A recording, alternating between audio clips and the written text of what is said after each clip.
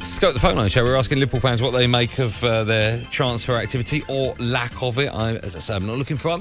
I'm just curious as to what Liverpool fans make of how their club haven't really spent too much money. Justin is a Liverpool fan. Hello, Justin. Good afternoon to you. Afternoon, guys. You all right? I'm good. I'm very well. How are you?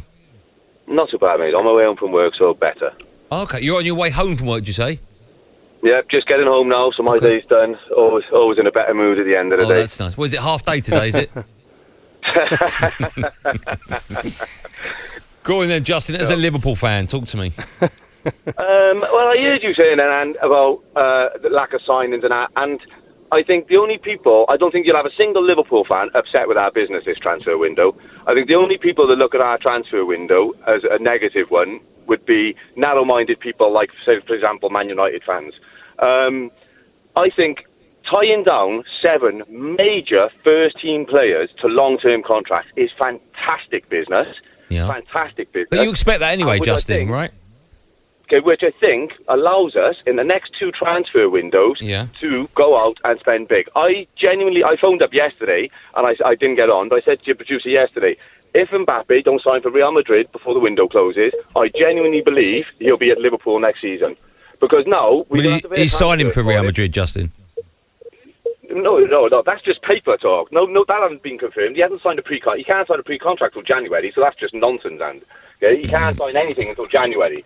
So let's see what happens there. But we don't have to pay for him now, and we'll be able to spend big and afford his wages. We don't have to go out. Now we signed 7 top players to long-term contracts. We have money to spend in the next 3 transfer windows. What about if it's too late? It won't be too late. How is it too late? No, I'm asking. What about if you fall? Okay. If you fall behind? Can I ask him a question on this? Go on, because there's one thing we're missing here. When's the African Cup of Nations? Is that in January? Because it got cancelled last year because of COVID. I'm sure now it's in January, right? So what happens? Are we just waiting till the January window for they're going to sign someone to come in and replace, and hopefully it's the ground running to replace Salah and Mane, who could be playing in that tournament? Well, oh yeah, but all right, that's a fair point. That's a fair point on every time the AFCON comes around. We've got to deal with that every time. So we've lost people to the African Cup of Nations before. We've lost 3-4 players at a time, and we've still managed. And Klopp knows this is coming, so you trust in Klopp, and he's obviously think that we can manage. I would rather have signed the 7 players, the 6-7 players we have to long-term contracts, than risk the fact of maybe losing Salah or losing. Why can't you do both? Why can't you because tie down these players and bring new ones to the club? I don't get that. Because if you don't get it, then change your job, mate. Because No. The reason I say that, Justin. Hold on. Let me answer that for you. Every other club signs players.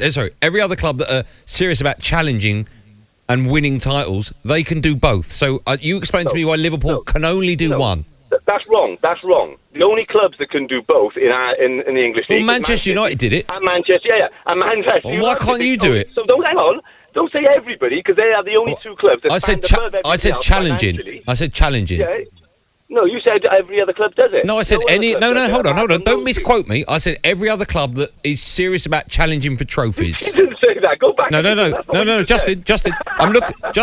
I'm looking at the gallery in front of me. They're all nodding. They're the words I used. I said every club that is serious about challenging for trophies can do both. So my assumption is that Liverpool are on level par with Manchester United and Man City. So if they can do that, if they can spend over £100 million on players and tie players down on long-term contracts, why can't Liverpool do both? Right, okay. Financially, we are not on level par with them two by any means. We're nowhere near level par with Man City and Man United. We cannot spend the money they spend. Categorically, that's a fact. We cannot. So I would rather spend the money that we have tying down six first-team players who are great players for long-term contracts, and then spend the next 2 windows bringing in other players we need, than risk bringing in, say, 2 midfielders that might not fit in, might not make it, and risk losing somebody else on a contract. I think signing those down is fantastic business. Okay, Justin, just quickly, freedom in the next 2 windows. Just quickly, roughly speaking, you talk about the next 2 windows. Let's talk about the next one. Okay, how much money do you expect your club to spend in the next window? It depends on who's available. Roughly, if big names are available, how much would you like? Well, in January, I've got everything crossed here. In January, I would love to see Mbappe sign a pre-contract with us in January, and then we pay his wages. He can have 400 grand a week, 500 grand a week. Okay, so that's 26 million. Hold on. There's a reason I'm asking. That's 26 million pound a year. Let's say you sign a 4-year deal. That's over 100 million pound. What's the difference between now and 4 months' time for Liverpool getting 100 million pounds? Where's that money? They'll have that money to spend because that'll be over 5 years. They don't have to pay 100 million up front, Dan, do they? Oh, okay. That was free. Well, you do 4 years. You can do transfers like that. You put some down and then pay over years as well. Well, yeah, of course you can. But Klopp has proven in other windows since he's been at Liverpool, he won't go out and buy for the sake of it. He's done it with Van Dijk. He waited an extra, over 12 months for Van Dijk because he was the player he wanted. Right. He's proved that. And you said that Liverpool fans are going to be upset with the transfer. I would be very surprised if a single Liverpool fan comes on your radio station this evening and disagrees, saying that we should have gone out and spent. I think the business we have done by signing those players to long-term contracts is fantastic business. Okay, so just to confirm, you're happy with FSG's backing and you're happy with your current squad, is that right? I am indeed. Okay, all right. I am indeed. Justin, you're a superstar. Thanks for phoning. Thank you, guys. Have a good evening. You too. There you go. Justin, the Liverpool fan. Of course, completely and utterly wrong. You're listening to, I'm joking. You're listening to Drive on talkSPORT with me, Andy Goldstein, and Darren Gough.